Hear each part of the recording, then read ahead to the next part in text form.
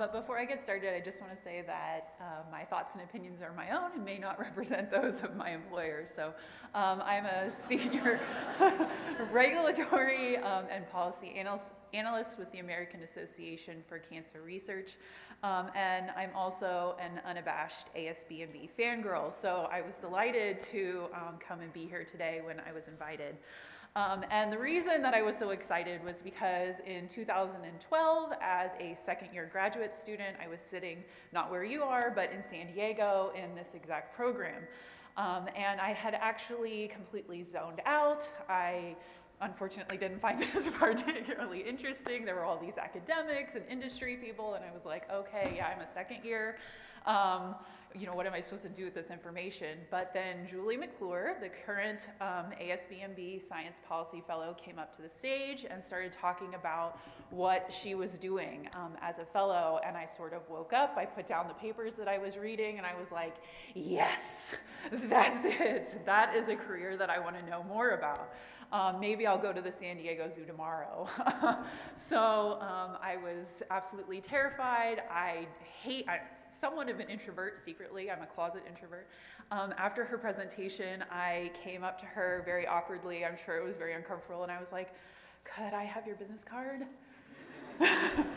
And that was it. Later, like 2 weeks later, I wrote her an email and was like, could you tell me more about what you're doing? And I kept that business card for years. So in 2015, I actually became the ASB&B Science Policy Fellow.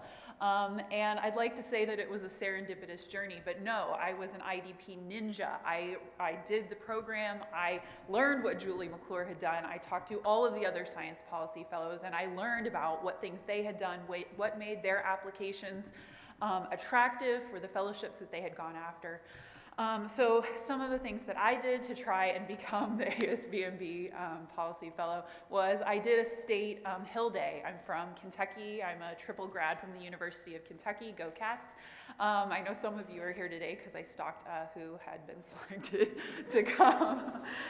So I did a state Hill Day with our Graduate Student Congress, bringing graduate students from the University of Kentucky up, well, actually down to Frankfurt, our hill is a valley, to talk to state legislators about what kind of science was going on at the University of Kentucky that's relevant to state issues.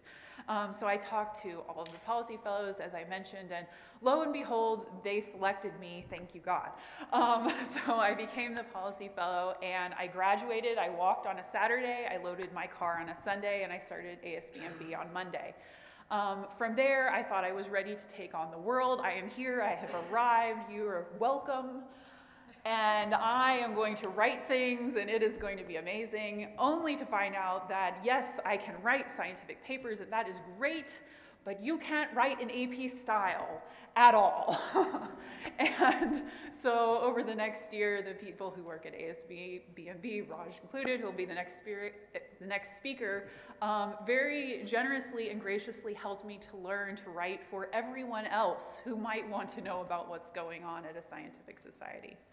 So after that experience, as my fellowship was coming to a close, I started interviewing for jobs. And I took a position as the Director of Advocacy and Scientific Affairs at a small disease nonprofit.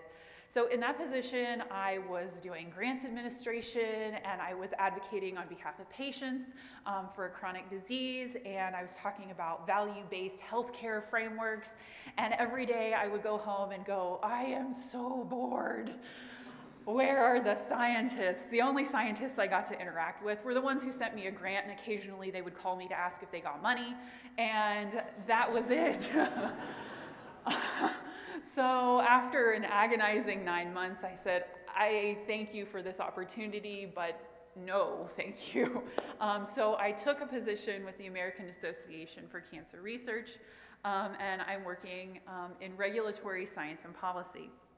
And so that position is a good fit for me, and I am so happy to be there because I love working with scientists and for scientists on behalf of science.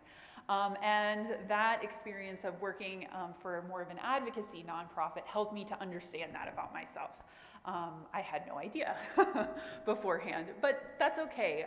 Scientists are wonderful and interesting, and they care deeply about what they work on, and it's nice to be able to be in a position where you can be an advocate for that.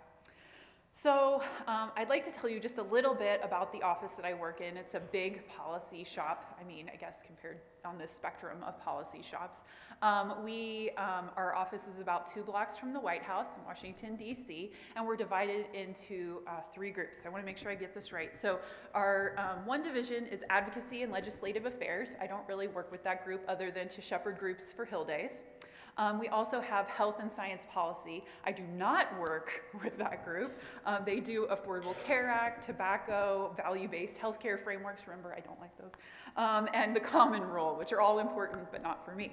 And then I work in Regulatory Science and Policy, which in my opinion is obviously the best, because we act as a liaison between academics, industry folks, and the FDA. So any interactions that the American Association for Cancer Research is going to have with regulators are funneled through our office. So we work directly with them. So we plan a major track at our annual meeting. This year we had 7 major symposia and 2 mini symposia. And the topics that were hotly attended, we did one on liquid biopsies. That was standing room only. We had an interesting session with the director of the Oncology Center of Excellence, Richard Pazder, in which he turned the tables on journalists. So as scientists are sort of becoming more marginalized, another group also is journalists. And so he wanted to do an event where groups whose voice is being questioned could interact directly, which I thought was genius. Anyway, so he interviewed them, like, what issues are you encountering? Then they just tried to ask him questions back, but he always volleyed them back. So that was wonderful. So that was annual meeting, so I work a lot with that. Also, one of my responsibilities at AACR is we plan workshops, so more in-depth days where regulators at FDA and industry and academics can come together and think more deeply about certain issues that they're dealing with. One of the particular workshops we're planning right now is trying to understand, we know immuno-oncology is sort of incredibly important right now in the cancer space, but we don't know exactly how we're going to combine it with other therapies. So we already have a lot of pre-existing therapies. What's the best strategy for putting those together? And then if we put them together, how does the FDA label that? Should there be a special label just for the combination? Those are all issues that are up in the air right now, and so our workshops are helping to allow these different stakeholders to come together and iron that out and figure out what the best approach is to move forward. And so then the third aspect of the triumvirate is we plan science series for FDA. So in that case, we just bring in top level academics working in their field that are members of AACR into the FDA to talk about specific issues that FDA wants to bone up on. So right now, one that's upcoming and definitely in the ASBMB wheelhouse is CRISPR. So how do we use CRISPR in cancer therapy, and how would that be regulated? So that's one of the science series that we're working on right now.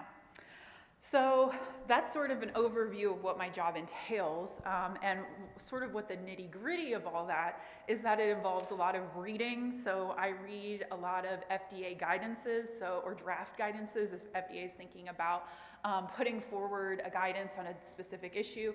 As the analyst, I get to take the first crack through however many pages there are. Also a lot of bills. So there's a specific bill right now that's being considered in the House. It's the Disease Accuracy or Diagnostic Accuracy and Innovation Act. And so that's looking at laboratory developed tests. So I got to read like 300 pages of that on the plane ride up here. And I'll get to write a summary of it on the way home. So we can consider how our members, how our different stakeholders at AACR want to respond to that. But those are only bills that are addressing regulation. The other sides of our house will take care of the rest. Also a lot of writing, so we write comments, call summaries, articles for our newsletters, blogs, white papers, etc. And then lastly, logistics. So I do a lot of meeting planning for events, call planning, Another aspect that I wanted to highlight is in science policy, you can end up doing a lot of white glove treatment for VIPs, which sounds cool, right? That sounds exciting, but also for scientists. So high-level scientists want to be appropriately delivered to their meetings and prepared and have agendas and clearly focused talking points. And so that I provide a lot of that support as well. So anyway, if you are at the University of Kentucky, I will be very offended if you don't come up and say hello to me. Also, if you are introverted and you just want to awkwardly ask me for my business card, I am completely open to that as well.